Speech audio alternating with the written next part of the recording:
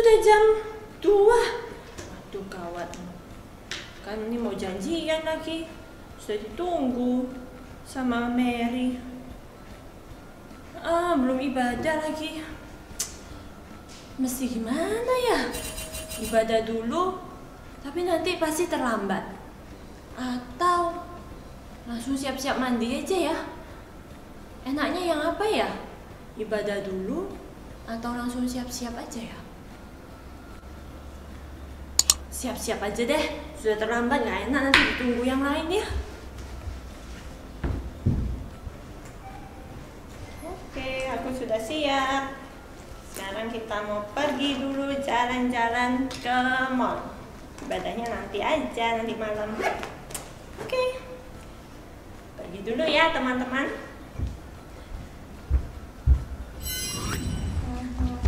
Hey, sorry. Kenapa sih kok telat? Iya, aduh hari ini rasanya nggak ada yang lancar semuanya. Dari PR-nya banyak, terus tadi mau berangkat ke sini, mobilnya mogok. Habis gitu panggil Grabcar-nya muter-muter cari jalan soalnya portalnya ditutup. Oh, pusing pantas sudah. nih kamu datang-datang udah cemberut aja nih. Tapi padahal kalau Ona kan biasanya kalau misalnya ada keadaan buruk gitu kan biasanya gampang banget tenang, terus santai. Ya sih. Tumben nih, tumben. Ya sih.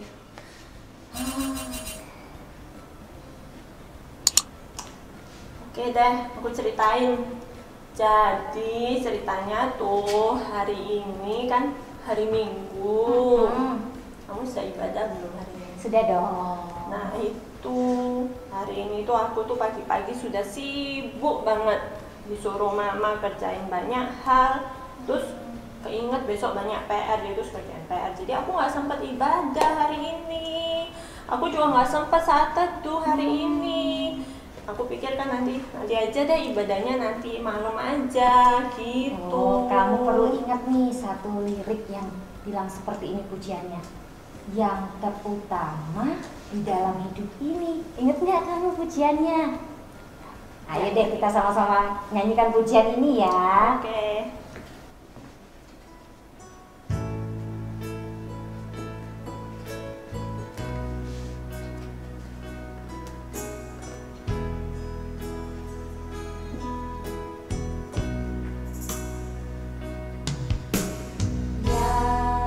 Terutama di dalam hidup ini meninggikan nama Yesus.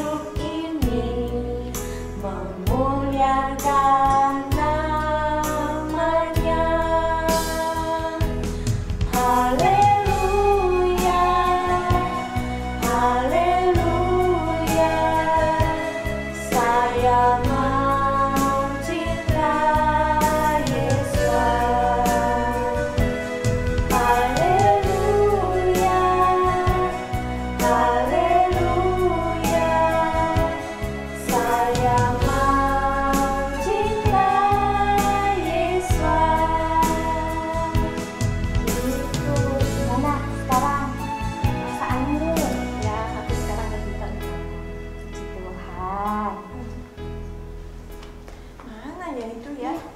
Lydia kok belum Kok nggak datang sih? datang-datang Jam ya? berapa ini? Kok nggak datang-datang, dia mana ya?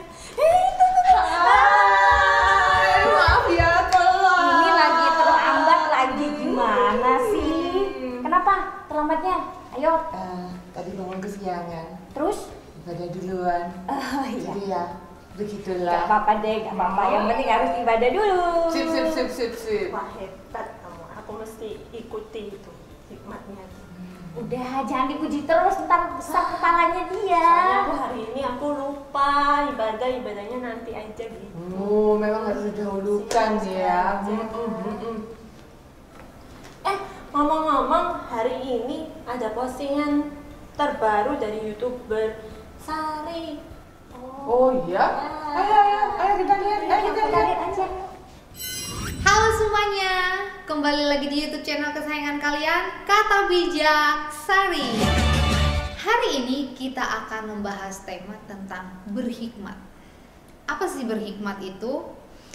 Seperti yang sudah kalian lihat di layar, kali ini Kak Sari udah siapkan 2 buah gelas. Hikmat itu bisa digambarkan seperti isi daripada gelas ini. Jadi ketika gelas itu ada isinya, bunyinya tidaklah terlalu keras dibandingkan dengan gelas yang kosong. Seperti ada pepatah mengatakan, tong kosong nyaring bunyinya. Ayo, siapa yang ingat? Ada loh pepatah yang berkata demikian. Tong kosong nyaring bunyinya. Kan Kak Sari nggak siapin tong ya di sini. Jadi Kak Sari siapkan 2 gelas yang berbeda isinya. Kita akan dengarkan sama-sama. Gelas yang pertama itu gelas yang ada isinya. Dengarkan baik-baik ya.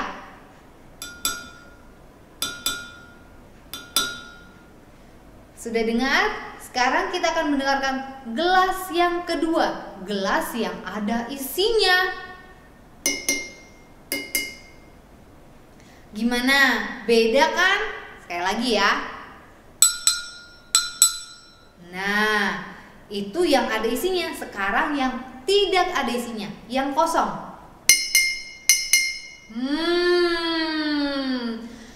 Yang tidak ada isinya terdengar lebih nyaring.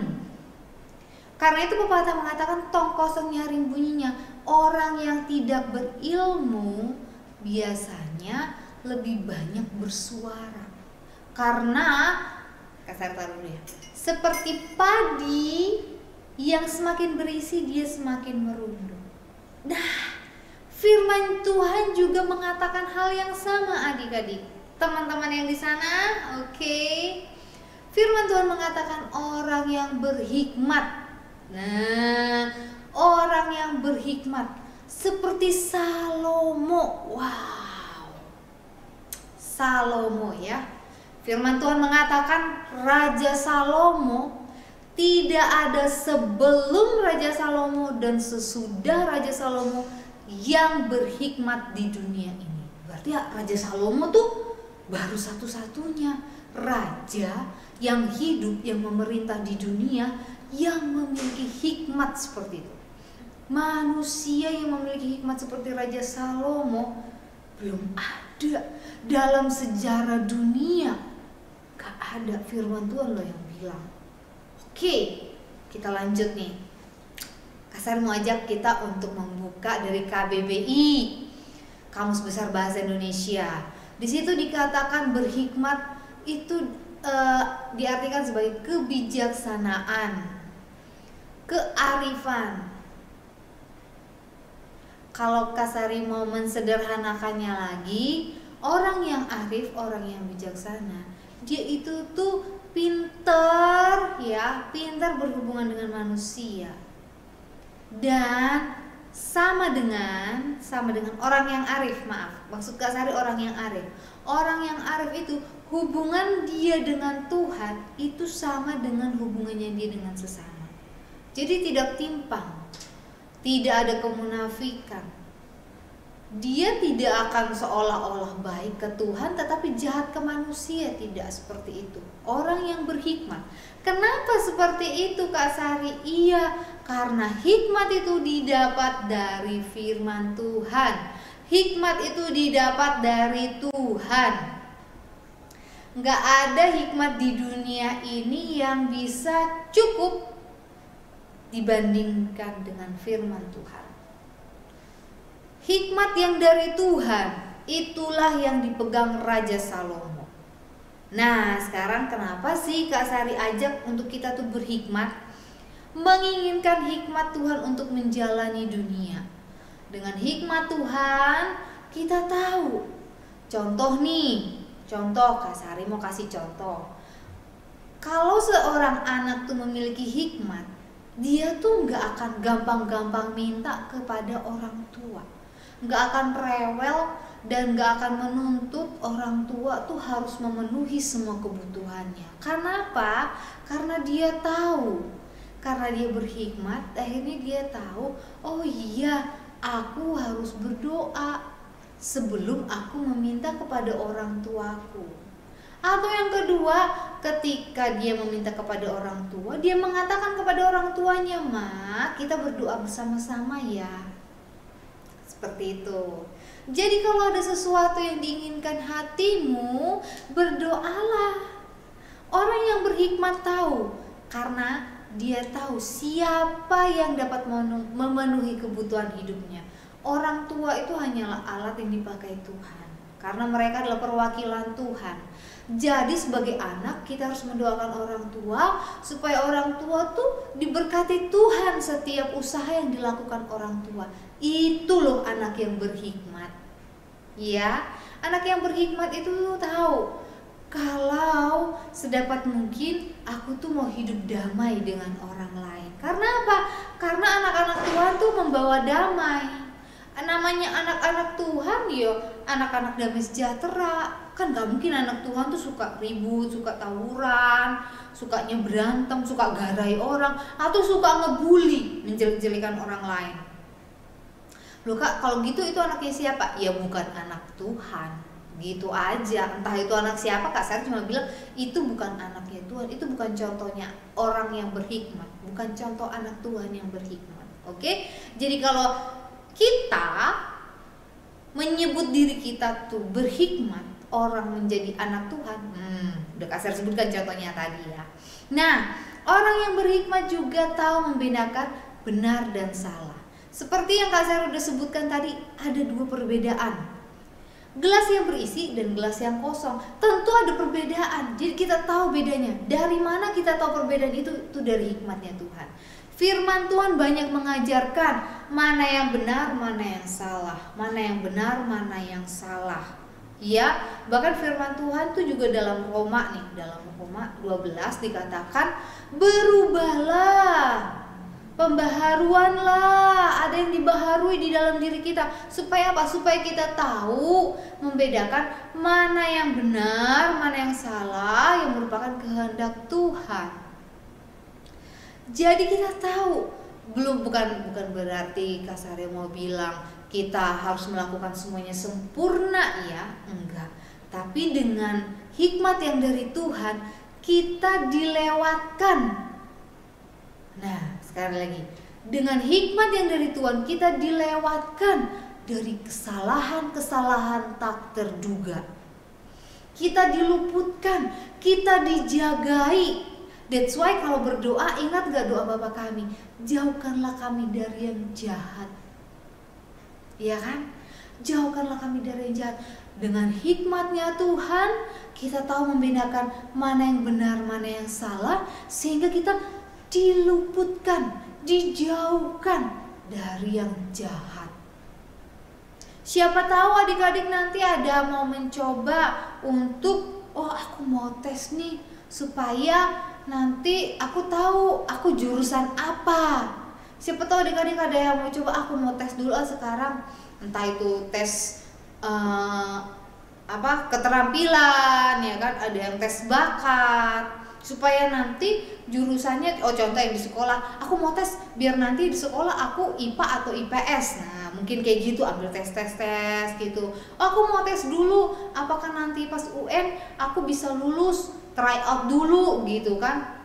Nah kita tuh ketika kita berhikmat pada saat menjalani tes itu, kita bisa tahu, oh iya, kita mana yang kita lakukan terlebih dahulu.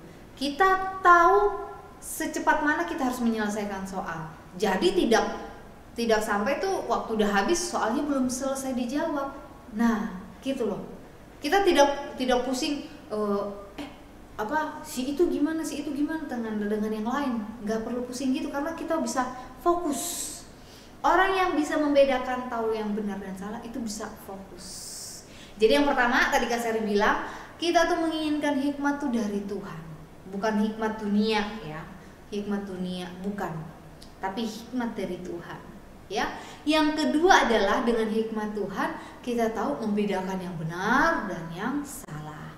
Yang terakhir Kak Sari mau kasih tahu kuncinya. Tadi di awal Kak Sari udah sebutkan Raja Salomo. Raja Salomo selain dia diketahui sebagai orang yang berhikmat, dia tuh orang yang kaya. Wah, orang yang kaya. Kenapa dikatakan sedemikian? Seperti itu karena di dalam 1 Raja-Raja ya, 1 Raja-Raja 4 ayat yang ke-34 dikatakan, maka datanglah orang dari segala bangsa. Adik-adik, orang datang dari segala bangsa mendengarkan hikmat Salomo. Halo, orang yang tahu menghadap raja pasti tidak datang dengan tangan hampa, ya kan? Orang dari segala bangsa datang untuk mendengarkan hikmat Salomo, tentu mereka membawa sebuah ucapan terima kasih. Jadi Salomo tuh menerima upeti dari semua raja-raja di bumi yang telah mendengar hikmatnya. Wow, jadi pada saat pemerintahan Raja Salomo, semua raja di bumi ini, Salomo adalah pusat hikmatnya. Amazing, amazing, ya. Dan karena firman Tuhan juga mengatakan, mintalah maka akan diberikan kepadamu, carilah maka kamu akan mendapat, ketoklah maka pintu akan dibukakan kepadamu. Kita bisa meminta kepada Tuhan, Roh Kudus yang menuntun kita ke dalam kebenaran, mengingatkan kita akan yang sudah diajarkan firman Tuhan, sehingga kita bisa berhikmat. Kita tahu membedakan yang benar dan salah, dan kita tahu bahwa hikmat dari Tuhan itu lebih penting daripada kekayaan. Oke, yang ketiga poinnya itu adalah hikmat Tuhan lebih penting daripada kekayaan. Karena ketika kita berhikmat, kekayaan itu akan datang sendiri. Kekayaan itu tidak melulu soal uang, emas, harta, dan itu loh ya adik-adik ya. Kekayaan tuh kita bisa terhindar dari masalah, kita bisa menjadi berkat bagi orang lain. Itu adalah sebuah kekayaan. Kita menjadi anak yang berbakti kepada orang tua, nilai kita bagus di sekolah, kita tahu mau ambil jurusan yang mana, kita tahu jalan-jalan hidup kita, itu adalah sebuah kekayaan. Karena banyak orang di luar sana yang tidak tahu masa depannya mau jadi apa. Jadi buat kita yang berhikmat, ya, buat kita yang berhikmat nih, tentu kekayaan terbesar itu adalah diri kita yang diselamatkan oleh Tuhan Yesus. Itu loh kekayaan terbesarnya kita. Karena apa? Kita ujungnya nanti nggak ke neraka, nggak ke bawah, tapi ujungnya kita tuh ke surga, ke atas. Itu kekayaan yang terbesar loh. Harta di dunia nggak bakalan bisa memberikan keselamatan, nggak akan bisa. Karena itu Amsal 3:13 tuh mengatakan, berbahagialah orang yang mendapatkan hikmat dan orang yang memperoleh pengertian. Ingat, buat kita yang memperoleh hikmat itu kita tuh berbahagia. Demikian dulu deh untuk YouTube channel kali ini. Ingat, bijaksana hari ini, kata-kata bijak hari ini adalah berhikmat. Jadi kita perlu berhikmat. Oke, sampai ketemu lagi di YouTube channel selanjutnya. Dadah.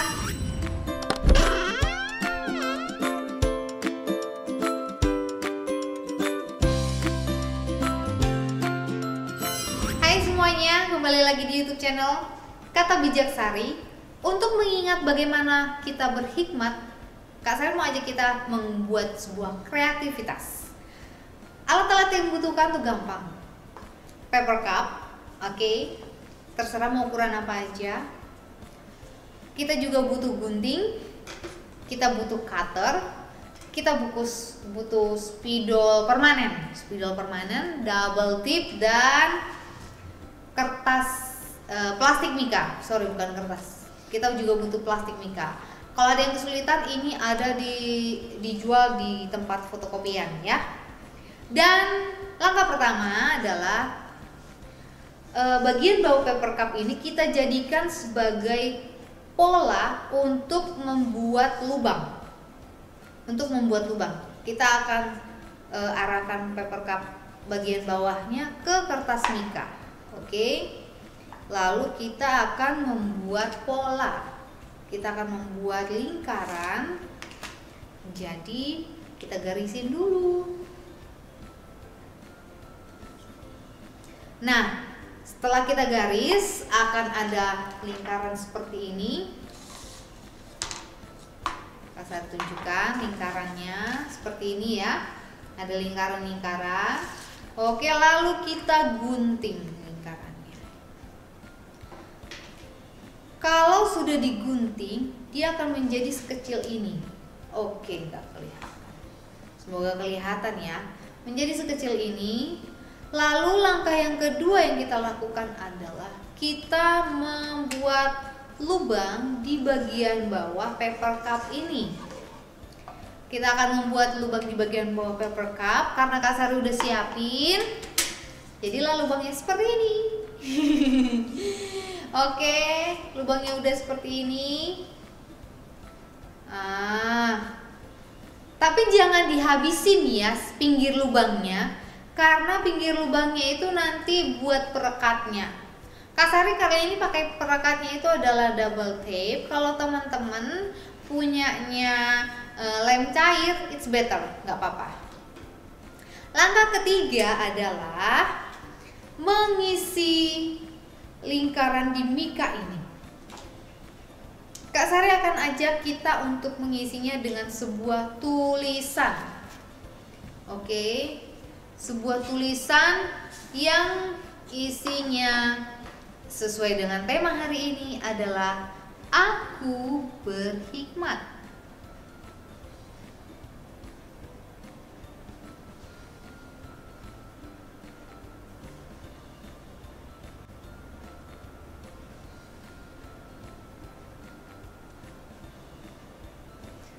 Oke, tulisannya agak kecil ya, nggak apa-apa ya.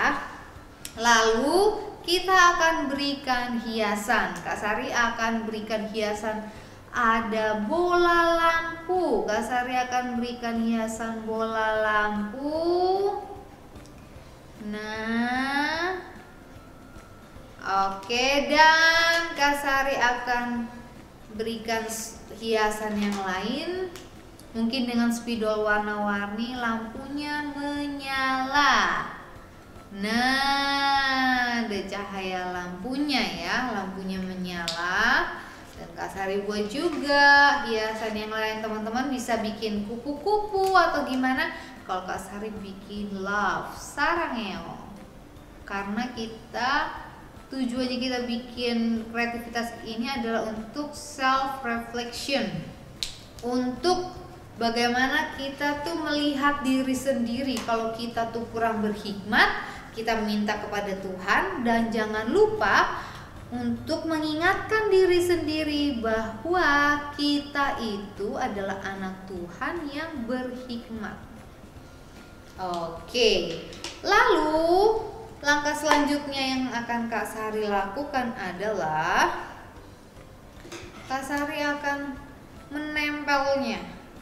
Karena Kak Sari menempelnya dari bagian dalam, maka double tape-nya akan Kak Sari taruh di bagian belakang ya. Ingat, namanya juga cermin, dia kan jadi sisi lawannya, mirror. Tahu ya, cermin itu tuh lawan arah juga. Jadi lawan arah, mirror. Jadi karena Kak Sari akan tunjukkan seperti ini nanti di reflectionnya itu, maka lemnya Kak Sari taruh di bawah. Kak Sari taruh lemnya di bawah. Lalu satu lagi, teman-teman boleh bikin lem sekitarnya ya. Bisa bikin lem sekitarnya. kalau pakai yang lem cair, karena Kak Sari pakainya double tape, jadi Kak Sari cukup satu sisi kanan dan satu sisi kiri. Semoga teman-teman tidak kesulitan untuk mengerjakan hal ini. Nah, setelah itu Kak Sari akan buka dan Kak Sari akan masukkan. Ini tadi kertas yang paper cup yang sudah Kak Sari lubangi, ya. Ini paper cup yang sudah Kak Sari lubangi, dan sekarang Kak Sari mau masukkan kreasinya Kak Sari yang menunjukkan aku berhikmat. Kak Sari masukkan ke dalam. Nah, dia akan, jadi ini bagian pinggirnya jangan terlalu dihabiskan seperti ini, meskipun nggak rata nggak apa-apa, ya kan? Meskipun nggak rata nggak apa-apa. Jadi bagian pinggirnya jangan dihabiskan, karena itu nanti tempat lemnya nempel. Tempat lemnya itu tuh merekat antara plastik dengan paper cupnya. Oke, ini sudah merekat, sudah. Jadi tulisannya ini kan mirror ya. Jadi tulisannya mirror, aku berhikmat. Kita akan melihat bagaimana pantulannya. Kak Sari akan pakai flashlight. Oke, kalau di layar nggak kelihatan ya, tapi nanti adik-adik bisa coba sendiri di rumah. Nah, itu udah semakin jelas, ada tulisan aku berhikmat ya. Oke, karena ini ada tulisan semakin, nah itu ada terlihat bayang-bayang ya tulisan aku berhikmat. Jadi kalau adik-adik lagi bingung, lagi mau ambil keputusan gimana, setelah adik-adik berdoa dan atau adik-adik mau menenangkan diri di kamar sebelum berdoa, adik-adik bisa ambil kreativitas ini untuk adik-adik bisa pantulkan ke dinding, bisa pantulkan ke area kamar kalian ketika kalian menyendiri untuk menenangkan diri dan setelah itu berdoa. Ingat bahwa setiap kita itu memiliki hikmat, kita itu berhikmat. Oke deh, sekian dulu kreativitas dari Kak Sari. Kiranya kreativitas kali ini bisa memberkati teman-teman ya, dan yang mau memberikan atau mengajarkannya juga kepada teman-teman yang lain dibolehin dong. Tentunya jangan lupa share ke banyak orang sebanyak-banyak mungkin, supaya apa? Semakin kita memberi, semakin kita mendapatkan. Oke? Setuju ya? Oke, demikian dulu kreativitas hari ini. Dadah. Iya, kata bijak Sari itu selalu menginspirasi, ya nggak sih? Aku hari ini juga belajar tentang hikmat dan gimana harus dekat sama Tuhan sumber hikmat. Ngomong tadi di kata bijak Sari itu kan setelah kreativitas kan ada tulisan ayat emas itu loh. Misal 3 ayat 13. Oh iya, aku tahu dong bunyinya. Ya, berbahagialah orang yang mendapatkan hikmat dan orang yang memperoleh pengertian. Kita ucapin sama-sama ya. 1, 2, 3. Berbahagialah orang yang mendapatkan hikmat dan orang yang memperoleh pengertian. Oke. Ya udah. Yuk, waktunya kita cari aksesoris, kayaknya seru ya. Yuk, mari kita bergerak.